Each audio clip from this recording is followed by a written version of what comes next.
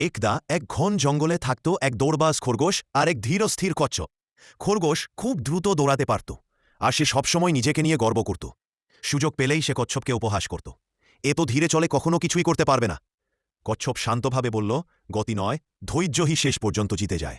জঙ্গলে সব প্রাণী মিলে ঠিক করল দুজনের মধ্যে দৌড় প্রতিযোগিতা হবে।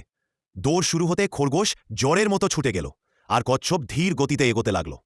একসময় খরগোশ দেখল কচ্ছপ অনেক পিছনে। হাসতে হাসতে বলল, এই কচ্ছপকে হারাতে আমার খুব কম সময় লাগবে, একটু ঘুমিয়ে নেই। খরগোশ ছায়ায় শুয়ে ঘুমিয়ে পড়ল। এদিকে কচ্ছপ একটু থামল না, ধীরে কিন্তু নিশ্চিতভাবে এগোতে লাগল। অনেকক্ষণ পরে খরগোশ ঘুম থেকে উঠে দেখে কচ্ছপ প্রায় গন্তব্যে পৌঁছে গেছে। খরগোশ প্রাণপণে দৌড়াল, কিন্তু ততক্ষণে কচ্ছপ ফিনিশ লাইন পার হয়ে গেছে।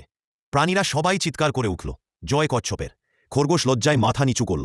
আর সেই দিন থেকে সে শিখল, অতিবিশ্বাস নয়, নিয়মিত চেষ্টা আর ধৈর্যই সাফল্যের চাবিকাঠি।